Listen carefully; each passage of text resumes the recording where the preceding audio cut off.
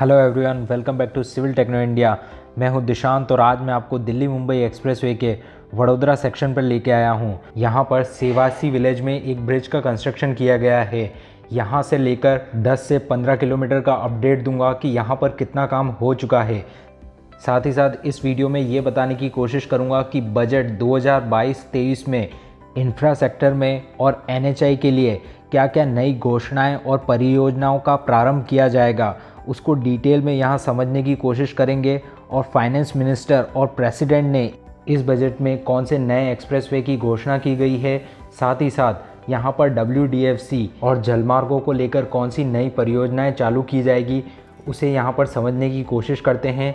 सबसे पहले प्रेसिडेंट ने दिल्ली मुंबई एक्सप्रेसवे को लेकर क्या कहा है, उसे सुन लेते हैं। दिल्ली मुंबई एक्सप्रेस वे भी पूरा होने के करीब है, जो कि भारत का सबसे लंबा और सबसे तेज एक्सप्रेस वे होगा। मेरी सरकार ने इंफ्रास्ट्रक्चर विकास के कार्यों को और अधिक गति प्रदान करने के लिए अलग अलग मंत्रालयों के कामकाज को प्रधानमंत्री गति शक्ति राष्ट्रीय मास्टर प्लान के रूप में एक साथ जोड़ा है। यह प्लान भारत में मल्टी मॉडल ट्रांसपोर्ट के एक नए युग का प्रारंभ करने जा रहा है। भविष्य के भारत में रेलवेज, हाईवेज और एयरवेज अलग अलग और अलग थलग इंफ्रास्ट्रक्चर नहीं होंगे, बल्कि एक देश के एकजुट संसाधन के तौर पर काम करेंगे।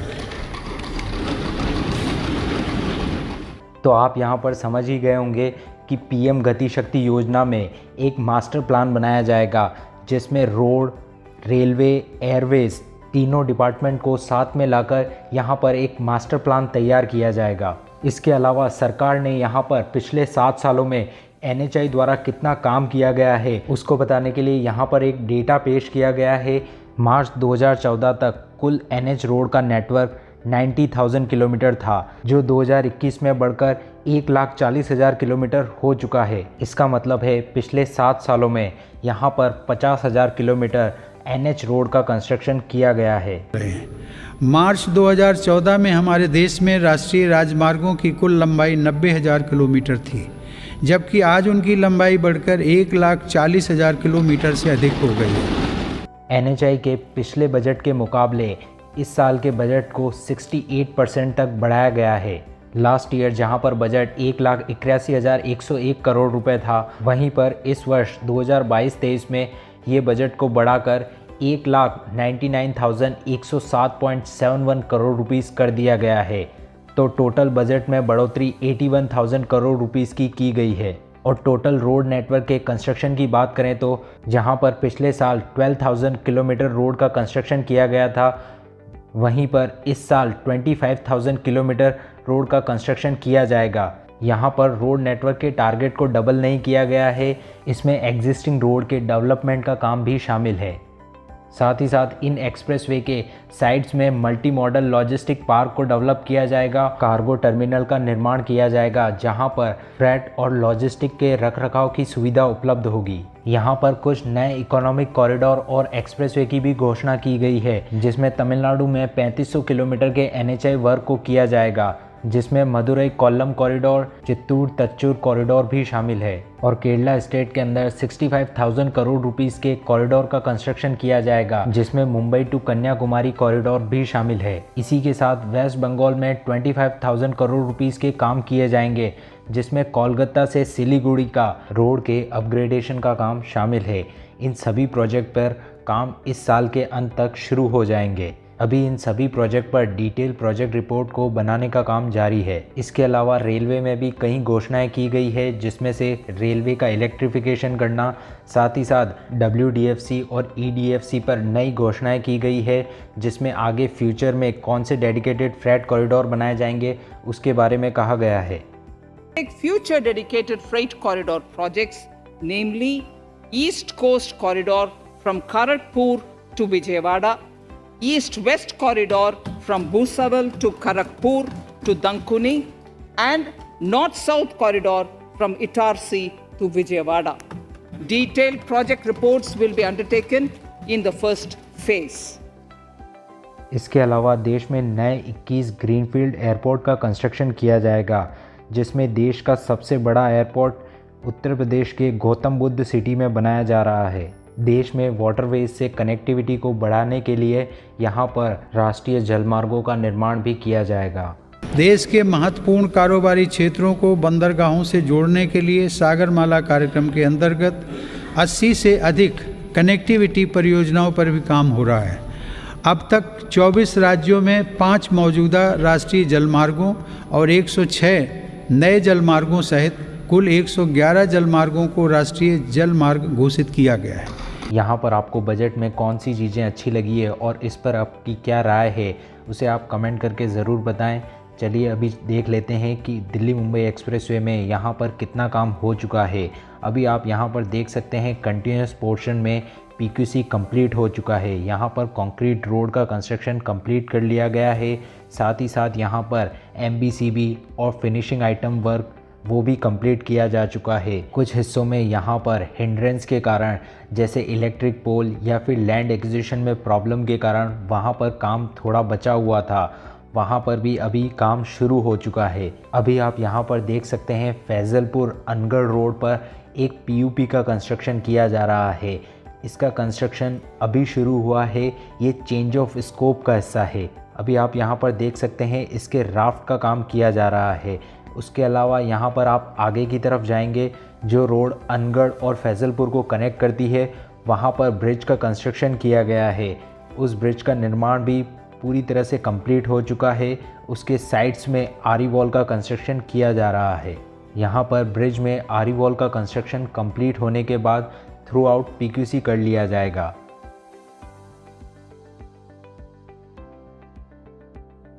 यहाँ पर आप आगे की तरफ देख सकते हैं एक ब्रिज का कंस्ट्रक्शन किया गया है। इस ब्रिज का कंस्ट्रक्शन यहाँ पर वाटर लॉगिंग एरिया होने की वजह से किया गया है। यहाँ पर मॉनसून सीज़न में पानी की आवक काफ़ी बढ़ जाती है, इसीलिए यहाँ पर ब्रिज का कंस्ट्रक्शन किया गया है और ब्रिज का कंस्ट्रक्शन पूरी तरह से कंप्लीट किया जा चुका है। अभी आप यहाँ पर देख सकते हैं बियरिंग के अंदर ग्राउटिंग का काम किया जा रहा है। उसके अलावा आप यहाँ पर देख सकते हैं हाई एम्बैंकमेंट एरिया होने की वजह से यहाँ पर टो वाल का कंस्ट्रक्शन किया गया है और टो वाल के पास में आप फेंसिंग देख सकते हैं। ये एक्सप्रेसवे फुल्ली एक्सेस कंट्रोल होने के साथ साथ यहाँ पर चारों साइड में इसे फेंसिंग से कवर किया जाएगा ताकि किसी भी इंटरफ्रेंस को रोका जा सके। यहाँ पर आप देख सकते हैं ड्रेनेज सिस्टम के लिए यहाँ पर एक बॉक्स कल्वर्ट का कंस्ट्रक्शन किया गया है। बॉक्स कल्वर्ट के डाउन स्ट्रीम और अप स्ट्रीम में फ्लेक्सिबल एप्रोन का कंस्ट्रक्शन किया गया है।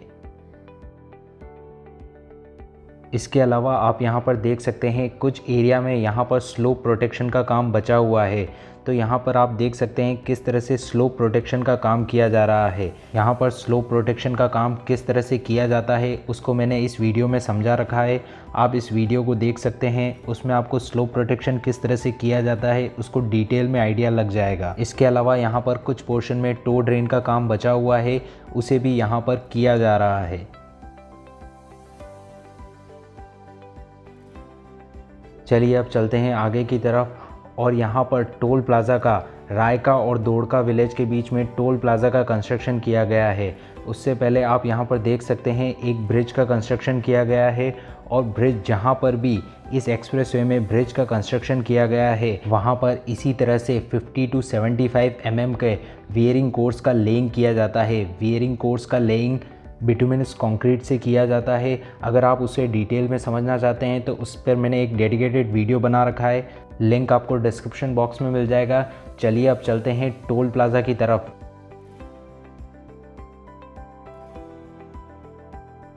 वडोदरा डिस्ट्रिक्ट में रायका और दोड़का विलेज के बीच में यहाँ पर टोल प्लाज़ा का कंस्ट्रक्शन किया गया है, जिसका काम कितना हो चुका है चलिए देख लेते हैं।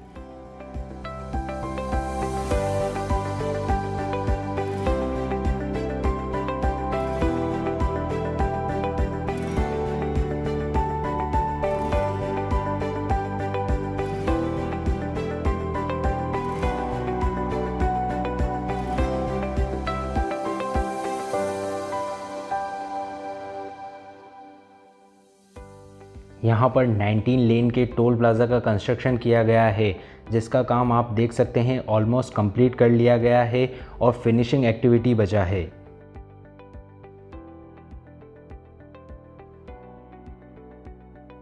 टोल प्लाज़ा में एंट्री से पहले यहाँ पर साइन बोर्ड लगाए गए हैं। यहाँ पर आपको शुल्क कितना देना होगा अभी इसे फिक्स नहीं किया गया है।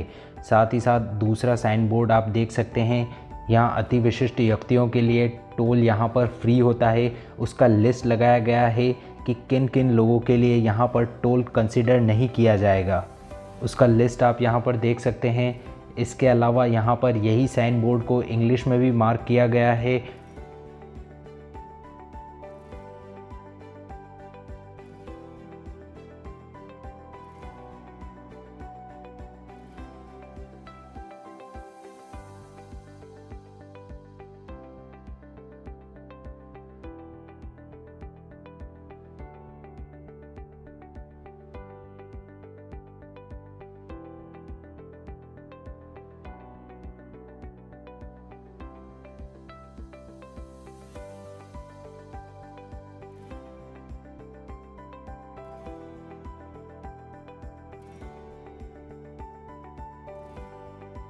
टोल प्लाज़ा में आप सामने की तरफ बुलेट ट्रेन के कंस्ट्रक्शन का वर्क भी देख सकते हैं। ये बुलेट ट्रेन के C6 पैकेज का हिस्सा है। यहाँ पर कितना काम हो चुका है उसका अपडेट आपको नेक्स्ट वीडियो में मिलेगा। अगर आपने अभी तक वीडियो को लाइक नहीं किया है तो वीडियो को लाइक कर दें और चैनल पर नए हैं तो चैनल को सब्सक्राइब करें और बेल आइकन को प्रेस करना ना भूलें ताकि आपको ऐसे ही लेटेस्ट कंस्ट्रक्शन रिलेटेड वीडियो मिलती रहे। अगर कोई फीडबैक या सजेशन देना चाहते हैं तो आप मुझे कमेंट करके बता सकते हैं। साथ ही साथ आप मुझे ट्विटर या इंस्टाग्राम पर फॉलो कर सकते हैं। लिंक आपको डिस्क्रिप्शन बॉक्स में मिल जाएगा। Thank you so much for watching the video.